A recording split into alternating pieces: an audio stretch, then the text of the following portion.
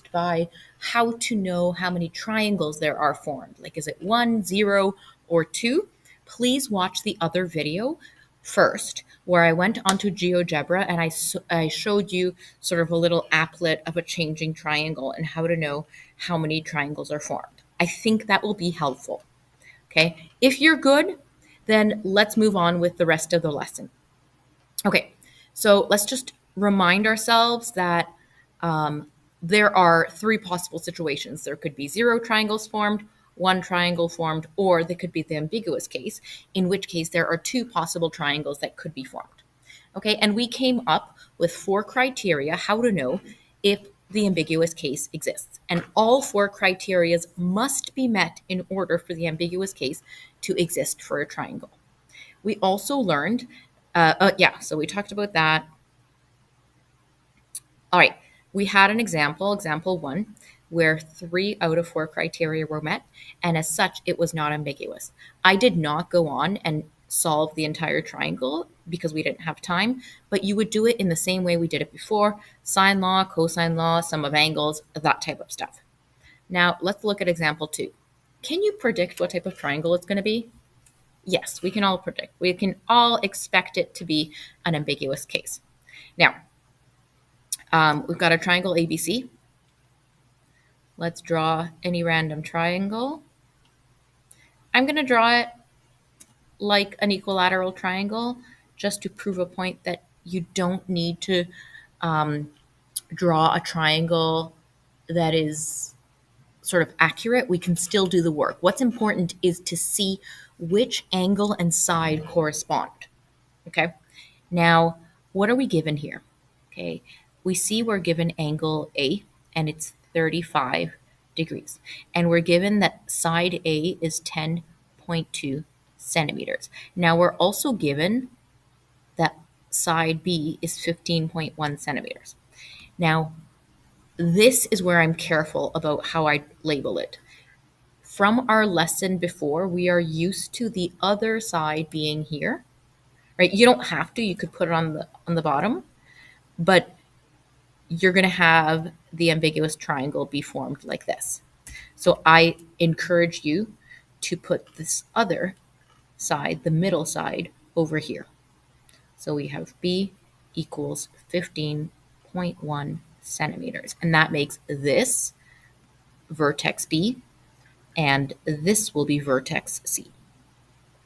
Okay, so just review. Oh, we've got a side, and angle, right?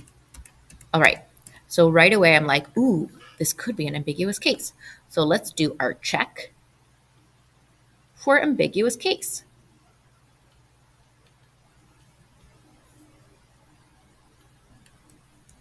And the first flag for us is that the triangle given to us is an SSA triangle. So I'm going to give it a check mark right away because we have a side angle. That's the information that is given to us.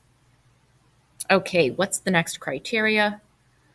The next criteria is that side A is supposed to be shorter than side B.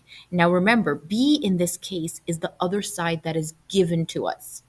Sometimes it's C, sometimes it's E or F, right? Basically what we're saying is the side that is not touching the angle, right?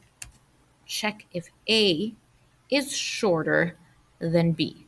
So we have that 10.2 is in fact shorter than 15.1. As such, this criteria is met as well. Okay, next criteria. Is A longer than B sine A? All right, let's check. So the next criteria is A longer than B sine A? Meaning, is it longer than the side that is given? So is it longer than 15.1 times sine of 35 degrees? Well, let's get our calculator. And when I say that, I mean it. Like, take your calculator out and practice doing this. So sine 35 times 15.1. Okay, and that gives me approximately 8.66 centimeters. So yes, another check mark. A is longer than B sine A, right? That means this is definitely not a right triangle. Lastly, the last criteria we had was we saw that if this side, if side A is longer than the other given side, we will only have one triangle formed. So we must check, is side A shorter than side B? Is 10.2 shorter than 15.1? Oops, we already talked about that one. I know someone's like, Miss Sly, that's not it. Thank you. What is the fourth criteria? It's the angle A, right? We said, okay, this can't be an obtuse, the angle A cannot be obtuse. So is angle A less than 90 degrees? And in this case, ding, ding, it is less than 90 degrees because it's 35. OMG, OMG, it's an ambiguous case. What do we do? Okay, so what do we do? So basically what we're saying is we're going to have two triangles that are formed, right? We're going to have this triangle that is drawn and the other triangle, sorry, it's got to start right at the, which is going to go like this. And we know that this side and this side is the same. It's 10.2, it's congruent. And that means that this angle and that angle is congruent.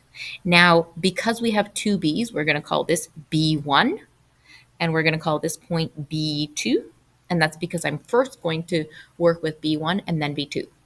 And that's actually, there's a procedure. We have to first work with the acute triangle. First, work with acute triangle. The obtuse one is this triangle, right, where it has an obtuse angle B. There's a reason why we cannot start working with that one. All right, so we are working with the triangle ACB1. And so I might redraw it just for my purposes. So I've got B1, A, I've got 35, 10.2, 15.1. Now, does anyone remember what the title of this lesson was? Let's go back and see. It is called, whoa, we've got to go way back. The sign law, the ambiguous case. Interesting. Sign law, the ambiguous case. Well, what is the first step we're going to do in this example? How will we solve for our first unknown? Well, let's see. We've got one complete pair and one incomplete pair. So yes, we will start with the sign law to solve for sine B, for angle B. All right, so I've got sine B1 over B equals sine A over A. Let's punch some numbers in there. Sine B1 over 10.2 equals sine 35 over 15.1. Okay, and now the good old trusted and true T method, right? T method. 10.2 times sine 35 divided by 15.1.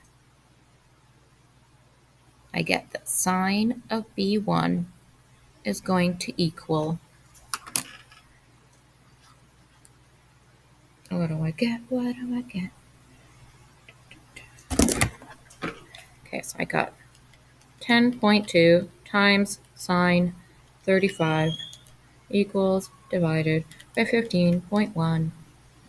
And that gives me 0.3874. Onward. I'm actually keeping this value in my calculator, right? This is important. Keep that value in your calculator. And so to get angle B, I'll take the sine inverse of whatever I had, right? But you need to learn how to use the answer button on your calculator. So I'm going to go second function, sine inverse, and then I'm going to find the answer button. So I'm taking the sine inverse of the answer. If you don't know how to do that, pause the video now, figure out where the answer button is. What it does is it stores the information of the last answer you had. Okay?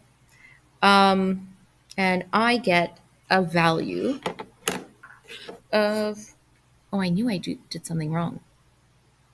Oh, dang. Did you see it? Did you see it? I was like, why does this look bad?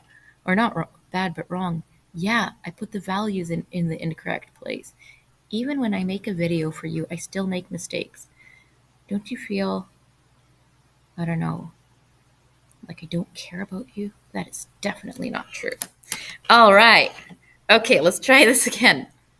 15.1 times sine 35 equals divided by 10.2. Okay, that looks a lot better. 0.84, 91, Sine inverse of the answer is, yes, 15.1, 50,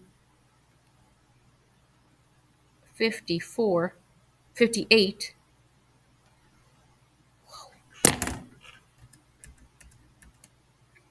58.1 degrees. Okay, so we found that.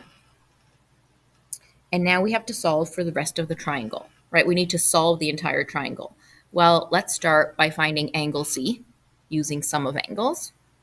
Okay, so angle C is going to equal 180, I'll use the approximate, subtract 58.1 degrees, subtract 35 degrees, and we get that angle C is approximately 86.9 degrees. Okay, good. Next, the last thing we need to do is find the length C, right? So find the length of that horizontal line.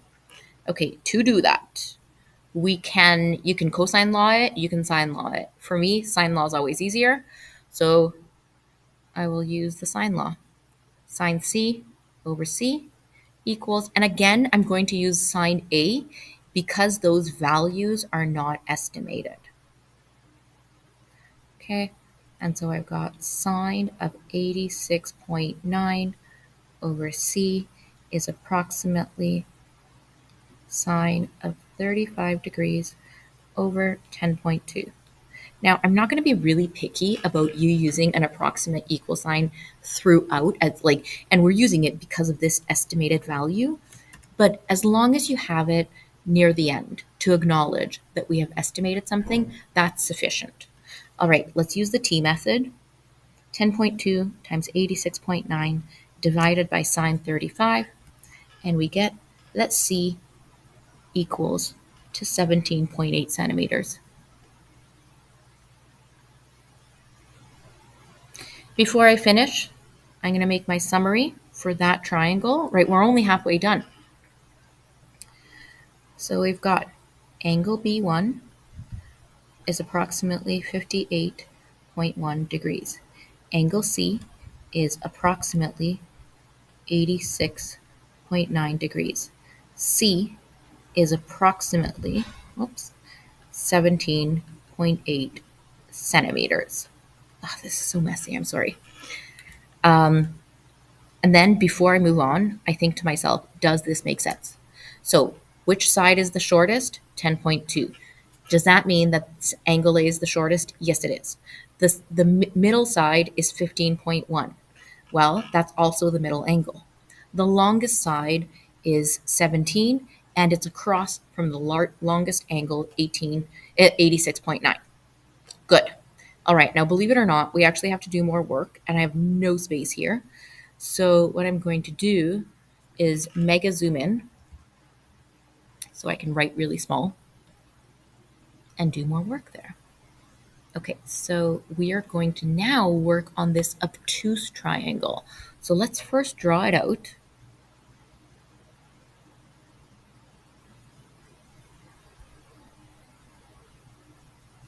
Here is our side A, and that's 35 degrees. Here is our side A, which is 10.2 centimeters. This is B2, right over here is B2. And here is side B, which is 15.1 centimeters. And this vertex here is C.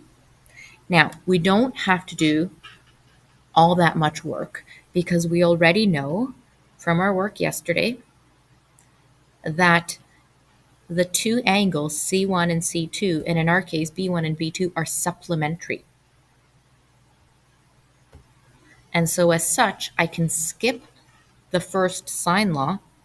I can say, okay, angle B2 equals to 180 degrees, subtract angle B1. So let's go back. Oh yeah, B1 was 58.1. As such,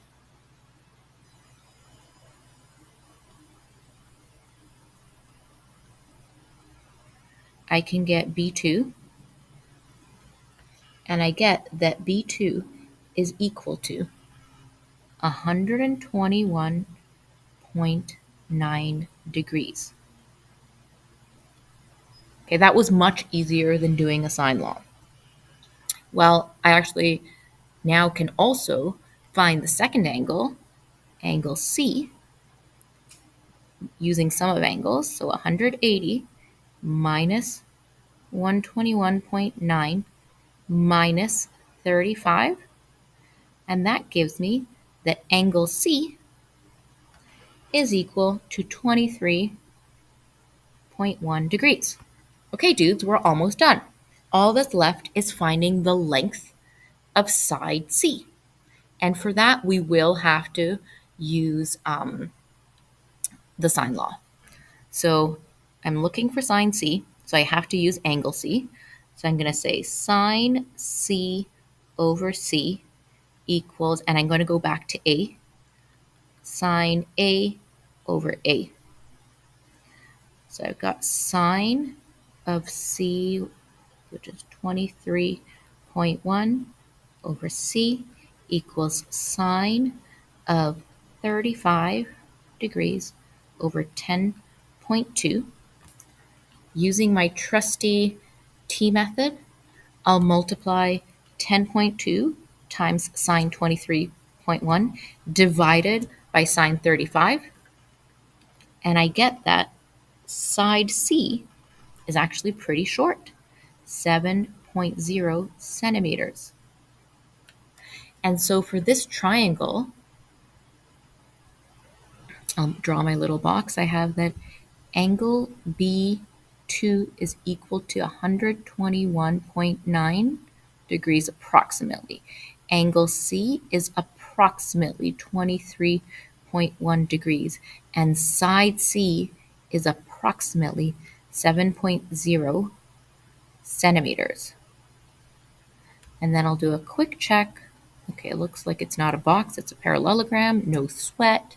We'll do a quick check if this makes sense, right? So check if the greatest angle is across from the greatest side. Yes, it is. Smallest angle is across from the shortest side. So as you can see, working with the obtuse triangle for the ambiguous case comes second, right? We first start with the acute triangle, and then we go to the obtuse triangle, which is sort of here. That's the obtuse triangle, right? And you must follow this, right? You will always use the obtuse triangle second. And the reason is that sine of supplementary angles, so sine of 58.1 degrees is actually equal to the sine of its supplementary angle, which is, where did it go? 121.9 degrees. And when you do the sine inverse of, what was it, 0.8419, whatever, you will always get the acute angle. So you will always find the acute angle first, and that's why we must start with the acute triangle. And then you use the law of supplementary angles, subtracting from 180 to find the second obtuse angle. All right, folks, give homework a shot. Do all of it, please, please, please, because we're going to have another whopper of a lesson on Monday. And then we'll have the test on Thursday. All right. Thank you very much, everyone. Thanks for watching. Remember to hit like. Wah, wah. Bye. Have a great weekend. Bye.